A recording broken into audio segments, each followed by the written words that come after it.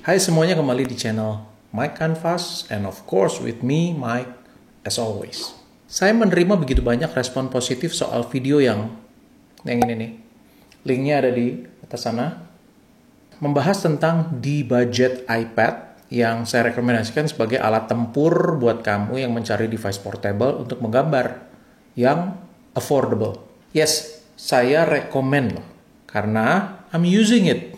Saya pun pakai. Saya pakai iPad 6 selama 3 tahun dan iPad 9 setahun terakhir untuk gambar, nganimasi, macam-macam ya, semua kebutuhan yang saya perluin di iPad itu terpenuhi. But dengan banyaknya respon di video itu, banyak juga yang nanya hal yang serupa, yaitu komparasi antara the budget iPad, which is yang saya rekomen itu waktu itu iPad 8 dan 9, dengan iPad Pro, tapi versi atau seri yang lama.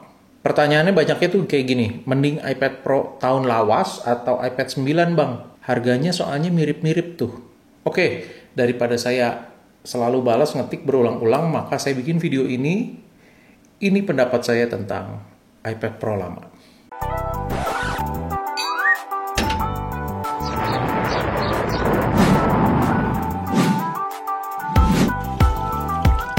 So far, iPad Pro itu sudah 5 generasi, dimulai dari tahun 2015. Saya bahas satu-satu ya, biar teman-teman ada gambaran per iPad Pro-an ini. Pertama kali iPad Pro hadir di tahun 2015, ukuran 12,9 inch. Chipsetnya masih A9X, itu 16 nanometer fabrikasinya, dan dual core guys. RAM-nya 2 GB, belum ada fitur ProMotion 120 Hz, itu belum ada. Dia pertama kali yang memunculkan Apple Pencil juga, Apple Pencil generasi pertama, dan ini gebrakan di dunia pertabletan pada saat itu ya. Punya speaker 4 dan layarnya besar, laris manis deh pokoknya iPad Pro generasi pertama ini. Lalu iPad Pro generasi pertama ini hadir dengan 2 ukuran, tapi lucunya selain 12,9 ada juga hadir ukuran 9,7 inch yang muncul beberapa bulan setelah rilis yang 12,9. Kalau 12,9 munculnya September 2015, 9,7 inch itu munculnya di Maret 2016. Makanya banyak yang kenal ini sebagai iPad Pro 2016 gitu loh. Layarnya 9,7 inch. Dia ini kayak iPad Pro tapi kayak kehilangan jati diri gitu. Balik lagi ke ukuran layar iPad biasa. Speknya masih sama. Ada penambahan sedikit spek di kameranya dan juga hadir True Tone. Itu kemampuan layar untuk beradaptasi dengan cahaya ruangan. Sisanya sama. Generasi kedua yaitu di tahun 2017, iPad Pro 2017 second gen itu rilis Juni 2017, hadir dengan 2 ukuran, 12,9 pasti, dan juga yang kedua ukurannya agak unik, 10,5 inch. Nah, di generasi kedua ini iPad Pro punya terobosan baru, yaitu fitur ProMotion 120 Hz, muncul pertama kali di iPad Pro generasi kedua. iPad Pro ini menggunakan chipset A10X 10 nanometer fabrikasi, memiliki 6 inti prosesor hexa-core. Ini merupakan terobosan, loncat banget dari generasi sebelumnya, tapi masih menggunakan Lightning port dan masih pakai Apple Pencil generasi yang pertama. Generasi ketiga iPad Pro generasi ketiga disebutnya iPad Pro 2018. Hadir Oktober 2018 dengan 2 ukuran 12,9 inci dan juga 11 inci. Nah, generasi ketiga ini banyak banget terobosan barunya ya. Yaitu yang pertama dia memakai chipset A12X 7 nanometer octa-core atau 8 inti ya, dan plus 7 inti Apple GPU, Graphic Processing Unit. iPad Pro ini memiliki RAM 4 GB semua varian storage, kecuali versi storage 1 TB itu 6 GB RAM. Ini iPad Pro pertama juga yang memiliki layar mengisi hampir seluruh bodinya. 85,4% screen to body ratio, menghilangkan Touch ID button dan juga poni atas. iPad Pro ini juga merupakan iPad Pro pertama yang mengusung Face ID. Oke, bagi yang belum tahu, karena iPad 2018 ini sudah tidak punya tombol Touch ID, lalu untuk buka iPad-nya gimana dong? Apa selalu harus pencet tombol power?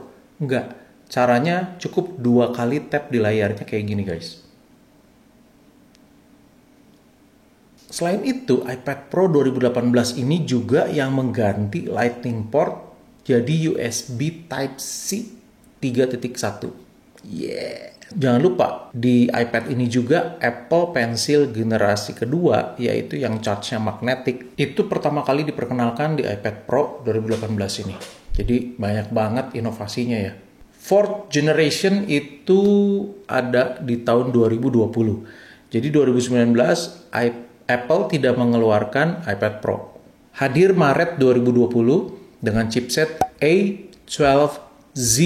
Octa-core juga, clock-nya sama persis dengan versi A12X-nya iPad Pro 2018. Cuma bedanya di sini GPU-nya, Apple GPU-nya itu 8 inti, bukan 7 inti, seperti generasi sebelumnya. Tapi secara performa signifikan banget? Enggak. Mirip-mirip lah performanya. Ukuran layar ada 2 pilihan, 12,9 dan 11 sama seperti iPad 2018. Cuma di iPad generasi keempat ini kecerahan layarnya itu bisa sampai 600 nits. Kalau yang sebelumnya maksimal di 500 nits.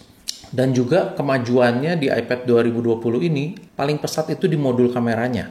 Ada ultra wide, ada LiDAR itu kayak untuk nge-scan 3D environment gitu. Dan juga ada gyro electric image stabilizer. Jadi kalau untuk bikin video, dia ada stabilizernya untuk supaya videonya nggak shaky gitu ya. Siapa yang mau bikin video pakai iPad ya?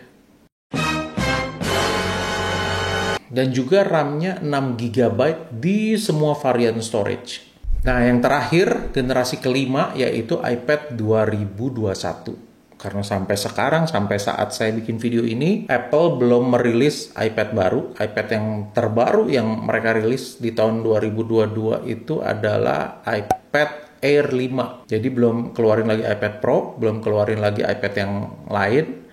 Jadi bisa dibilang ini adalah iPad terbaru dari seri Pro, yaitu generasi kelima iPad Pro 2021. Nah, muncul rilis April 2021 dengan terobosan chipset buatan Apple sendiri yaitu M1. Yes, sekarang mereka udah keluarin M2, tapi ya ini waktu pas keluar 2021 bikin heboh dunia persilatan banget. RAM-nya loncat langsung ke 8 GB di base modelnya, bahkan 16 GB untuk varian 1 TB dan 2 TB storage. Wow. Update besar-besaran itu di layarnya guys. Hadirnya Liquid Retina XDR, terus juga ada HDR10 ya, Dolby Vision, dan 1000 nits tipikal kecerahannya, dan bisa sampai peaknya itu di 1600 nits. Wow, terang banget. Ukuran layar juga ada 2 pilihan, 12,9 in dan 11 in yang rasanya udah jadi 2 ukuran standar yang diminati banyak sekali user. Jadi mereka udah 3 generasi, mereka selalu pakai ukurannya sama, 12,9 dan 11. So that's a recap seluruh model iPad Pro dari sejak 2015 sampai 2021. So balik ke pertanyaan semula, dengan harga yang relatif mirip-mirip, jadi lebih baik ambil iPad Pro generasi lawas atau budget iPad generasi baru? Jawabannya nggak bisa semudah itu juga, tapi saya akan coba kasih gambaran sama teman-teman sebisa mungkin supaya teman-teman bisa menimbang-nimbang dengan lebih komprehensif gitu lah ya. Kalau alasan untuk membeli iPad, the budget iPad, dalam hal ini iPad 9 gitu ya, itu sudah saya bahas panjang lebar di video yang ini nih, video yang ini ya. Maka to give justice to iPad Pro, di video kali ini saya akan bahas kenapa kamu seharusnya pilih iPad Pro walaupun generasi sebelumnya kalau yang kamu kejar adalah fitur Pro-nya. Apa saja sih fitur Pro yang menggoda? Nah, saya akan list beberapa fitur Pro di sini yang saya pribadi jadikan pertimbangan besar kalau saya mau ambil iPad Pro. Buat saya ada 2. Yang pertama tentu saja tiada lain dan tiada bukan adalah ProMotion 120 Hz. That's the real deal. Bagi orang yang menggunakan iPad untuk menggambar, maka latency rendah itu menjadi sebuah fitur yang sangat menggoda. Teman-teman bisa lihat perbandingannya di sini ya. Dengan refresh rate layar 120 Hz, maka latency Apple Pencil sedikit lebih baik. Nggak banyak loh. Beda sedikit, tapi tetap kerasa. Tapi apakah berarti iPad yang nggak ada refresh rate 120 Hz ini itu berarti latensinya parah? walaupun tanpa refresh rate 120 Hz ini, itu tetap masih enak loh guys. Beneran, karena saya pakai kan. Jadi masih dalam kategori enjoyable. Sangat bisa dinikmati menggambar walaupun tanpa refresh rate 120 Hz. Lalu keunggulan Pro lainnya yaitu adalah USB Type-C port. Dengan adanya USB Type-C port ini, Apple membuka diri dengan banyak sekali fungsi dan potensi Apple device yang bisa dipakai lebih luas lagi.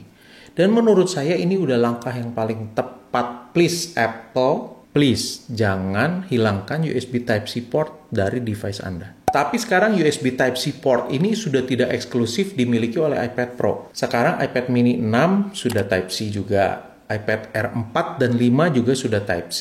Dengan adanya Type-C semakin membuka kemampuan iPad untuk dipakai di dalam segala keadaan. Misalnya kalau mau presentasi bisa sambung kabel HDMI, kalau ke monitor atau proyektor yang tidak mendukung koneksi nirkabel ya, nggak bisa casting gitu. Bahkan beberapa tipe USB itu nggak cuma ada HDMI tapi juga ada VGA port, itu bisa juga gitu. Karena proyektor lama kan banyaknya masih VGA ya guys. Selain itu kemampuan mengkoneksikan USB bisa untuk simpen data ya. Bisa untuk kita colokin, kita punya SSD portable, hard disk portable, flash disk gitu ya.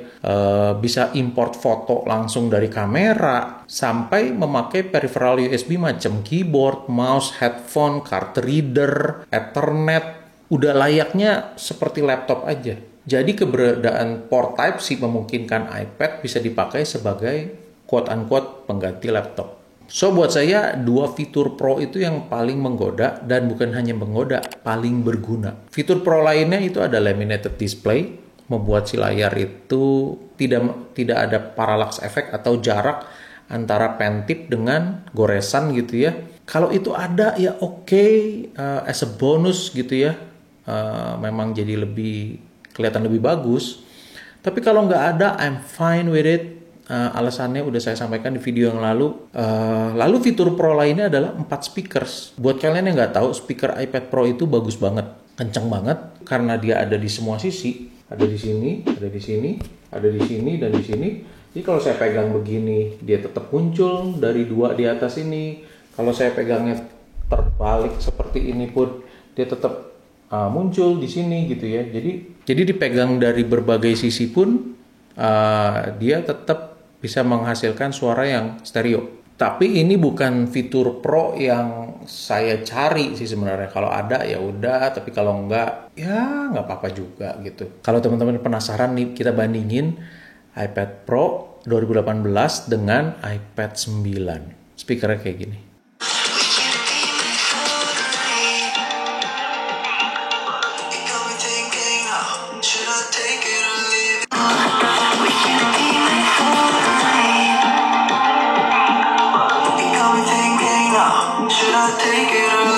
Apalagi fitur Pro True Tone, iPad 9 juga udah punya itu ya, kemampuan layar beradaptasi dengan cahaya ruangan. Itu udah bukan barang baru, di budget iPad udah ada. Artinya nanti ke depannya semua tipe iPad juga bakal mengusung fitur True Tone. Fitur Pro apalagi ya, paling RAM-nya sih, RAM-nya itu kan minimal 4 GB ya, dibandingkan iPad 9 yang masih 3 GB. Tapi ini juga nggak bisa dibilang fitur Pro karena iPad Air keempat dan ketiga itu udah 4 GB juga guys. Tapi ya karena RAM-nya cukup besar, 4 GB itu hitungannya cukup oke lah, cukup besar. Masih worth it untuk dibeli kalau harganya sama dengan iPad 9 yang RAM-nya sedikit lebih kecil. Bagaimana dengan kekuatan prosesornya? Apakah iPad Pro lama memiliki prosesor yang masih relevan, masih mumpuni lah istilahnya? Atau justru udah ketinggalan, bahkan dibandingkan sama iPad 9? Jawabannya kita cek dari Antutu benchmark yang sama, yaitu versi 9.1.2. iPad Pro 2018 itu mendapatkan hasil 861.916 poin, sedangkan iPad 9 memiliki poin 614.572 poin. Masih lebih unggul iPad Pro 2018, walaupun prosesornya generasinya lebih ini ya, lebih tua gitu. iPad 9 itu punya inti prosesornya cuma 6 hexacore, sedangkan iPad Pro 2018 punya 8 inti, meskipun prosesornya lebih lama. Bagaimana dengan future proof? Ini sering ditanyakan orang, apakah masih dapat update? Well, sampai sekarang info yang saya dapat untuk iPad Pro generasi pertama, versi yang 2015 itu, dia mentok di iOS 15.7. Itu OS terakhir yang bisa diinstal di iPad Pro generasi pertama. Jadi bye-bye iPad Pro generasi pertama. Sedangkan Pro generasi kedua dan seterusnya itu masih bakal dapat update iOS 16. So, setelah melihat ini semua, mungkin teman-teman yang ingin beli iPad Pro yang lawas makin tertarik. Karena harga iPad Pro yang udah lawas ini atau udah tua ini juga udah banyak banget yang turun juga disebabkan hadirnya iPad Pro 2021 yang punya chipset M1. Semua pada upgrade tuh. Jadi ganti semua, pada tertarik dengan M1, semuanya pada jual iPad lamanya lalu ganti ke M1. Belum lagi sekarang ada iPad Air 4, iPad Air 5 yang kekuatannya juga udah mirip-mirip tuh sama iPad Pro generasi 2018 dan 2020 gitu. Yang makin menambah pilihan orang sehingga nggak sedikit yang menjual iPad Pro mereka ya. Hanya aja teman-teman harus memastikan kalau mau beli iPad Pro second itu barangnya mulus. Nggak ada dent, karena pastinya banyaknya barang second hand ya. Kalau ada yang kelihatan baru, yaitu mungkin juga barang refurbish, barang yang dibenerin lalu dilempar lagi ke pasar dijual. Dan juga kalau if only you have a good deal, kalau kemahalan nih jangan mau lah. Mending beli iPad baru lah. Sekarang 8 juta kamu udah bisa beli iPad Air 5, yaitu yang punya chipset M1. Itu 8 jutaan sekian loh, nggak nyampe 9 juta udah dapet. Tapi memang garansi internasional ya, bukan garansi iBox. Jadi kalau kemahalan itu ya jangan mau gitu. Kemahalan tuh segimana? Kamu cek harga pasar. Kalau harga iPad Pro 2018 dan iPad Pro 2020 second itu harganya di atas iPad Air 4 atau 5, jangan mau lah. Kecuali ada pertimbangan lain ya. Misalnya kamu dapat storage 1 tera gitu kan. Ya silahkan aja. Kamu kan bisa menimbang-nimbang tuh di situ. Nah, kesimpulannya ini saran saya. iPad apa yang saya suggest ke kamu semua kalau kamu mau beli iPad Pro yang lawas atau iPad Pro generasi yang sudah lama gitu ya. Ada 2 tipe iPad Pro yang saya saranin untuk kamu beli. Yang pertama adalah iPad Pro 2018 atau third gen dengan chipset A12X, atau kamu bisa beli iPad Pro 2020 fourth gen dengan chipset A12Z. 2 model ini udah banyak yang dijual second sejak munculnya iPad Pro 2021 yang memakai chipset M1. Jadi ini kesempatan buat kamu yang mau upgrade ke iPad Pro tapi budget kamu terbatas, nggak cukup untuk beli iPad Pro terbaru. Kamu bisa cek iPad Pro second, tapi tetap harus jeli ya membelinya. Karena kalau barang second, resiko tanggung sendiri tentunya. Dan juga kedua generasi iPad ini ada versi 11 inch-nya loh guys. Kalau kamu nggak suka dengan ukuran gede 12,9 inch yang memang bongsor bodinya, kamu harus jadiin pertimbangan juga soal portabilitas ya. Susah atau enggak dibawa-bawanya gitu ya. Tasnya jadi harus pakai backpack, biasanya kamu pakai sling bag, I don't know. Macam-macam pertimbangan yang sebetulnya sifatnya personal preference-nya kamu banget gitu. Kayaknya masih ada yang baru deh. Kalau iPad 2020 itu atau generasi keempat itu masih ada yang baru deh. Coba kamu cek deh harganya berapa ya. Tapi kalau barang mulus, iPad second bolehlah. Kayak ini yang saya pegang ini iPad Pro 2018 second tapi mulus banget. So iPad ini akan menjadi tools baru saya yang akan nanti bakal sering saya pakai. iPad 9-nya apakah masih dipakai? I don't know. Kalau udah ada ini mungkin saya jual. Saya tidak menyarankan iPad Pro 2017 atau second gen, baik yang 12,9 inch ataupun yang 10,5 inch varian layarnya, ukuran layarnya. Apalagi iPad Pro 2015 ya, yang first gen, baik yang 12,9 inch-nya ataupun yang 9,7 inch-nya, itu saya nggak rekomen sama sekali. Kalau iPad Pro 2015 itu udah nggak saya masukin hitungan. Kenapa iPad Pro 2017 saya nggak rekomen? Karena iPad Pro 2017 itu masih menggunakan chipset A10X Fusion 10 nanometer yang sebenarnya udah ketinggalan guys. Kita sekarang udah pakai 7 nanometer semua gitu. Selain itu iPad Pro 2017 juga belum punya USB Type-C, masih Lightning. Sama-sama aja jadinya kayak iPad 9 atau budget iPad lainnya. Daripada iPad Pro 2017, lebih menyarankan kamu ambil iPad Air 4, itu udah Type-C loh. Udah pakai Apple Pencil generasi kedua ya untuk iPad Air 4. Atau mungkin kamu mau menunggu sedikit iPad 10, iPad generasi ke-10 yang katanya bakal rilis di akhir tahun ini, tapi nggak tahu nih, ini masih rumor. Ada leak fotonya, 3D rendering dari manufaktur di Cina. Jadi iPad 2022 atau iPad 10 ini gosipnya bakal mengusung chipset A14. Dari bodinya kita lihat di sini ada 4 speaker atas bawah. Memiliki laminated display katanya, dan juga mengusung USB Type-C. Wow. Meskipun ya kalau kita lihat di bodinya ini masih mengusung Touch ID dan masih ada poni dan dagunya, jadi screen to body ratio-nya nggak seperti iPad Air atau iPad Pro gitu. Ya kita tunggu lah apakah benar atau enggak, ini kan masih rumor ya, masih belum pasti. Kita tunggu resminya dari Apple beberapa minggu atau maybe beberapa bulan ke depan. Kalau nggak jadi tahun ini mungkin tahun depan, I don't know. So, akhir kata, nggak ada tuh namanya device yang sempurna, guys. Nggak ada. Semua ada pros and cons-nya. Ada kelebihan, kekurangan. Yang penting, kita tahu tujuan dan keperluan kita beli si device itu dengan mempertimbangkan kelebihan dan kekurangannya. Can you live with the cons while enjoying the pros? Itu prinsip saya gitu ya. Bisa nggak kita nerima kekurangannya sambil menikmati kelebihan-kelebihannya? Karena pasti ada kurangnya, pasti ada lebihnya guys. By the way, ini saran untuk beli gadget ya, bukan untuk cari pasangan. Sekian dulu video kali ini. Yang suka kasih like, subscribe bagi yang belum. Salam berkarya buat kamu semua. Ingat bahwa device kita itu hanya alat. Yang paling penting adalah kita mengasah terus kita punya skill dengan berlatih, dan berlatih. Sampai ketemu di video berikutnya. See you guys. Bye.